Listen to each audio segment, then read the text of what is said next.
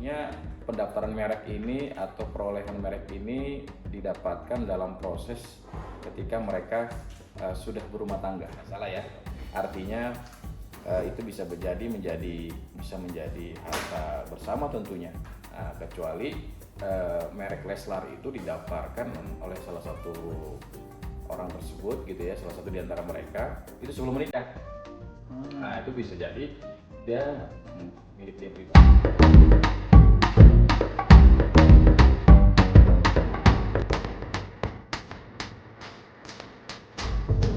Assalamualaikum warahmatullahi wabarakatuh. Kita bersua kembali di channel Halo Pengacara. Kali ini kita akan melanjutkan episode yang pertama kita sudah publish. Kita akan membacakan pertanyaan-pertanyaan pilihan.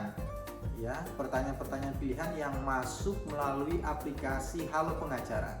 Kalau sebelumnya ada pertanyaan di episode pertama terkait dengan bolehkah merek didaftarkan oleh atau atas nama perseorangan? Jika boleh, kenapa merek Leslar dan merek Leslar Entertainment didaftarkan hanya atas nama Rizky Bilar? Nah, sebagai lanjutan dari episode yang pertama ini, kita akan membacakan kembali pertanyaan-pertanyaan yang masuk melalui aplikasi Halo Pengacara, karena setelah kita publish video yang pertama kemarin banyak sekali komentar-komentar yang masuk dan juga pertanyaan yang masuk melalui aplikasi yang menanyakan lebih lanjut terkait dengan merek Leslar dan merek Leslar Entertainment. Bersama kita sudah ada salah satu advokat Halo Pengacara dan juga termasuk founder pendiri daripada Halo Pengacara, ada Bang Nasrullah Nasution. Yep. Apa kabarnya Bang? Alhamdulillah baik. Bang Nasrullah ini bisa kita panggil Bang Nasrul atau lebih terkenalnya dia di dunia hukum itu dikenal sebagai Bang Acun gitu ya Bang? Iya. Abang mungkin udah lihat ya video yang kita publish yang pertama. Sudah. Terkait dengan merek Leslar dan juga Leslar Entertainment ya. Jadi kemarin itu yang menarik adalah ternyata merek Leslar itu dan Leslar Entertainment didaftarkan hanya atas nama Rizky Bilar. Yeah. Kalau kita melihatnya dalam konteksnya adalah hukum merek, maka Rizky Bilar itu adalah satu-satunya yang memiliki hak eksklusif ya atas merek si Leslar dan Leslar Entertainment itu satu-satunya, bukan Lesti gitu, karena tidak ada nama Lesti. Tapi kalau kita mau bertanya lebih lanjut Bang, ini saya mau tanya nih, ada pertanyaan juga yang masuk. Sebenarnya kalau ini dalam konteksnya hukum keluarga Bang, ya, hukum keluarga, apakah merek Leslar dan merek Leslar Entertainment yang didaftarkan oleh hanya atas nama Rizky aja, itu apakah semata-mata itu hanya hartanya atau asetnya si Rizky itu? Karena kan kita tahu merek itu kan aset ya, aset tak berwujud gitu ya. Apakah merek Leslar dan Leslar Entertainment ini adalah aset atau harta dari Rizky Bilar itu aja Bang? Siap. Ya, terima kasih Bang Heri nih ya. Luar biasa ya. Salah satu terobosan daripada SN Halo Office adalah membuat aplikasi Halo Pengacara ya. Halo Pengacara untuk lebih mendekatkan, memudahkan publik dan masyarakat untuk berkonsultasi secara daring, secara online gitu ya. Ya, ini pertanyaan menarik memang. Tadi Bang Heri sampaikan ada beberapa pertanyaan terkait dengan mereknya Leslar yang dimana dikatakan didaftarkan, dan Bang Heri sudah mengatakan pengecekan ya, sudah melakukan pengecekan di mana dikatakan merek tersebut didaftarkan hanya atas satu nama saja. Nah, dalam konteks hukum keluarga sebagaimana yang saya pahami yaitu tentunya pendaftaran merek ini atau perolehan merek ini didapatkan dalam proses ketika mereka sudah berumah tangga gitu kalau tidak salah ya. Artinya itu bisa menjadi harta bersama tentunya dalam hal ini, dalam konteks ini gitu ya. Kecuali merek Leslar itu didaftarkan oleh salah satu orang tersebut gitu ya, salah satu di antara mereka itu sebelum menikah. Nah, itu bisa jadi dia milik dia pribadi. Tapi karena didaftarkan atau mungkin juga usaha itu dilakukan setelah mereka menikah, sehingga ya secara hukum itu menjadi harta bersama. Secara singkatnya itu sebenarnya. Iya. Abang maksudnya itu adalah kalau dia didaftarkan sebelum pernikahan dia menjadi harta bawaan. Betul. Kalau kemudian Leslar itu kan didaftarkannya atas nama Rizky nih. Ya. Nah, sekarang kalau konteksnya adalah harta bersama Ya. gitu. Apakah batasan-batasan ketika disebut sebagai dia harta bersama, Bang? Apakah dia boleh atas nama siapa saja, Ya. baik istri ataupun suami, itu nggak ada masalah begitu? Konteksnya, batasannya apa dalam konteks harta bersama ini? Ya sebenarnya dalam konteks ya, harta bersama itu sejauh selama perolehan itu didapatkan dalam masa pernikahan itu jadi harta bersama. Konteksnya itu. Jadi misalkan tadi nama Leslar itu didapatkan hanya satu nama atas nama Rizky misalkan, ya. Dan pada faktanya itu sebenarnya adalah usaha mereka bersama kan gitu ya. Dan ternyata dalam proses perjalanannya itu menjadi harta bersama kah atau hanya hartanya satu pihak gitu, dalam hal ini ada Rizky. Kalau menurut kacamata saya atau kacamata yang saya pahami lah gitu ya, kira-kira itu adalah milik bersama walaupun hanya atas nama satu orang. Ya, berarti selama harta itu dalam artian aset tak berwujud ini merek ini Yeah. didapatkan atau diperoleh selama pernikahan Yeah. antara Lesti dengan Rizky Bilar, maka Yeah. itu dapat dikualifikasikan sebagai harta bersama. Betul, kira-kira Meskipun atau tak peduli itu didaftar atau tercatat atas nama Rizky Bilar saja ataupun atas nama ya, Lesti saja. kira-kira seperti itu, kira-kira seperti itu. Tadi kan pengecualiannya ada ya, Bang, kecuali dia didaftarkan sebelum pernikahan gitu Sebelum ya? pernikahan. Atau diperoleh sebelum pernikahan. Sebelum pernikahan. Kalau dia diperoleh setelah pernikahan kemudian mau ada itu dipisahkan, maksudnya aset ini punya saya aja gitu, itu bisa nggak secara hukum gitu? Ya, bicara lagi-lagi ini bicara tentang kalau kan kita udah bicaranya adalah pembagian artinya pembagian. Misalkan tadi dikatakan ini buat kamu, ini buat saya, ini buat si A, ini buat si B, misalkan kayak begitu. Hal-hal seperti itu dimungkinkan saja dalam prosesnya atau asal dibuatkan dalam kesepakatan tentunya. Tapi yang menarik adalah ketika segala sesuatu yang berkaitan dengan harta yang akan timbul itu diperjanjikan misalkan. Nah, itu beda lagi itu misalkan perjanjian kawin maksudnya. Betul, perjanjian kawin. Nah, kalau ada perjanjian kawin itu beda lagi, tapi saya dengar sih ada ya katanya. Tapi saya nggak tahu itu perjanjian kawin atau perjanjian yang lainnya, saya nggak paham. Iya, Bang. Bang Heri lebih paham lah. Nah, ini juga yang ditanyakan oleh sahabat Halo Pengacara juga, Bang. Oh, iya. Aplikasi karena ada berita yang begitu viral gitu ya, terkait dengan perjanjian kawin, kemudian ditanyakan kepada kita nih. Ada beberapa perjanjian kawin yang mereka mengutip dari media sosial ya. Ada 6 poin perjanjian kawin yang katanya dibuat oleh Lesti dan juga Rizky Bilar. Kita mengasumsikannya ini adalah perjanjian kawinnya ya, Bang ya. Karena kita orang hukum kan nggak melihat dokumennya ya. Kita asumsikan ini perjanjian kawin Rizky Bilar dengan Lesti. Ada 6 poin yang diperjanjikan berdasarkan media sosial. Yang pertama, selalu saling menghubungi.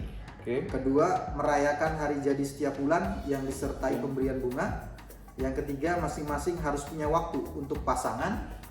Yang keempat, wajib mencium kening. Yang kelima, tidak boleh ada guling di tempat tidur. Yang keenam, terbuka soal password baik untuk ponsel, media sosial hingga PIN ATM. Ini ada 6 poin ini, Bang. Nah, dalam konteks hukum keluarga, apakah poin-poin ini masuk dalam lingkup perjanjian kawin, Bang? Sederhananya kalau menurut saya ya, apa yang tadi poin 6 poin itu lebih kepada kesepakatan dalam nanti berinteraksi. Bukan yang dimaksud dalam perjanjian kawin itu terkait dengan nanti apakah bisa harta atau apa terkait dengan hal-hal lainnya. Kalau menurut saya sih kualifikasinya itu belum masuk ya. Tapi itu lebih kepada menjaga bagaimana komunikasi antar kedua pasangan saja. Karena yang kita tahu juga kita pahami bahwa perjanjian kawin itu lebih kepada mengatur terkait dengan pemisahan harta begitu, Bang. Betul. Ya, jarang kita dengar ada perjanjian kawin yang poin-poin klausulanya itu terkait dengan hal yang tadi yang kita bacakan, yang juga ini merupakan dari pertanyaan-pertanyaan dari sahabat halo pengacara sekalian. Iya. Tapi yang menarik juga bang, sebenarnya iya, secara nggak langsung itu kalau dalam akad itu kan biasa tuh di buku nikah itu di akhir itu ada perjanjian sebenarnya. Nah, Yang sering orang hanya mengucapkan tapi nggak paham maknanya Sigot sebenarnya. taklik. Betul Nah, itu. iya. Nah, Bang Heri pasti baca itu apa tidak? ya baca bang. Baca ya. Karena menangani perkara kita baca bang. Baca ya. Iya. Ya ada juga mungkin pasangan yang Tapi nggak pas mau. nikah kita nggak baca. Nggak baca ya. Iya. Pas nikah nggak baca. Ada juga mungkin yang pasangan nggak mau, nggak. Iya. Karena menurut dia itu perjanjian kawin tuh jatuhnya tuh. Ah. Karena itu harus dipenuhi syarat-syaratnya kan kalau nggak salah. Ah.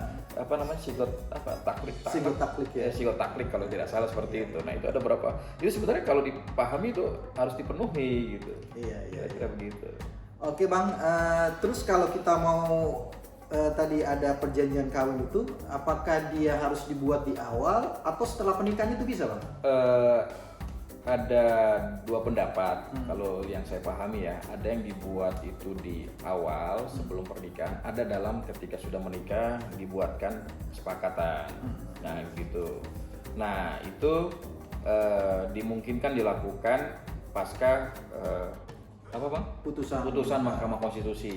Dimungkinkan untuk dilakukan itu setelah putusan Mahkamah Konstitusi. Artinya para pihak suami istri ini membuat kesepakatan antar mereka berdua terkait dengan bisa jadi tentang harta pribadi, terus tentang pemisahan harta pencaharian dan seterusnya gitu. Kayak gitu-gitu sih yang saya pahami.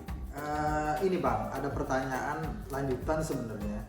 Jadi gimana sih prosedurnya kita untuk mengajukan atau kita mau membuat lah perjanjian kawin itu ketika memang sudah terlanjur menikah, artinya sudah di perjalanan menikah, tapi tiba-tiba kepikiran gimana ya, saya mau bikin perjanjian kawin nih, mau ada pemisahan harta, tuh gimana bang prosedurnya? Apa yang harus ditempuh gitu? Iya. Itu pertanyaan di ini juga, di Halo juga ya. Iya. Pak Roni yang menanya. Pak Roni. Iya, kalau terlanjur kesannya ada penyesalan ya. Tapi sebenarnya bukan terlanjur kali maksudnya ya. Artinya sudah menikah, terus dia mau membuat sebuah perjanjian. Kenapa sih orang pada ingin buat perjanjian? Kan pertanyaan paling itu ya, perjanjian. Ya banyak yang membuat itu dengan satu alasan, kalau nanti mereka ingin menjual salah satu asetnya atas nama satu pihak tidak perlu persetujuan dan seterusnya gitu ya. Ada juga alasan-alasan lainnya sebenarnya ya, tapi ya itu ya hanya mereka yang tahu kan. Bukan alasan untuk menikah lagi, bukan. Saya rasa itu bukan.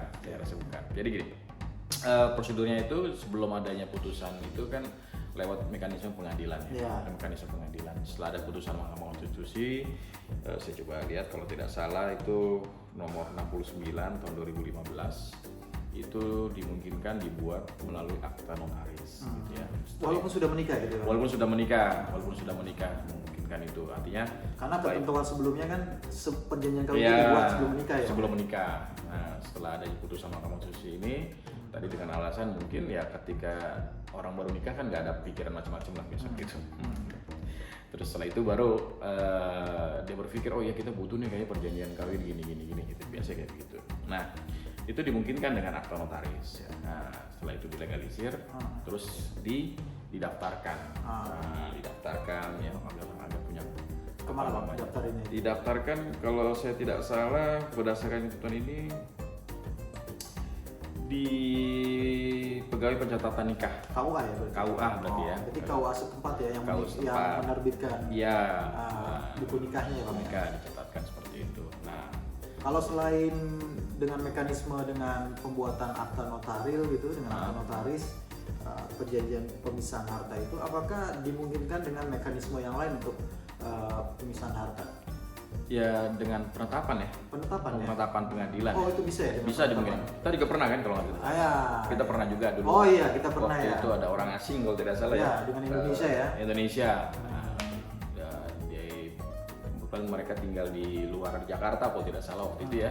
Ya kalau nggak salah ada ketentuan pada saat itu WNI itu tidak bisa memiliki aset di Betul. Indonesia selama belum ada perjanjian Betul. pisah harta. kalau Pisah nggak harta salah. waktu itu ya. Akhirnya kita mohonkan kalau tidak salah Ya, kan. ya. Terus Di dia Pengadilan Agama Jakarta Selatan. betul ya.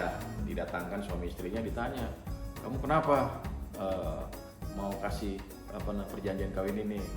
Ya kayaknya saya cinta sama istri saya orang Indonesia. Wah. Oh iya, dia mau memberikan Memberikan. hartanya untuk wanita Indonesia. Betul itu. Indonesia itu. Ya, kira-kira seperti itu Bang. Iya, iya. Baik, baik. Ya, demikian sesi episode yang kedua ini. Episode kita membacakan pertanyaan-pertanyaan pilihan dari sahabat halo pengacara. Selain kita jawab secara langsung, yang dijawab langsung pula oleh advokat halo pengacara. Semua pertanyaan-pertanyaan yang disampaikan melalui aplikasi Halo Pengacara yang terpilih akan kita bacakan dan akan kita tayangkan di kanal YouTube Halo Pengacara. Demikian, jangan lupa di-download ya aplikasi Halo Pengacaranya melalui Google Play Store, dan jangan lupa diberi rating yang bagus gitu ya. Oke, terima kasih. Sekian dulu episode kali ini. Kita berjumpa lagi di episode selanjutnya. Salam Halo Pengacara. Assalamualaikum warahmatullahi wabarakatuh. Waalaikumsalam. Assalamualaikum warahmatullahi wabarakatuh.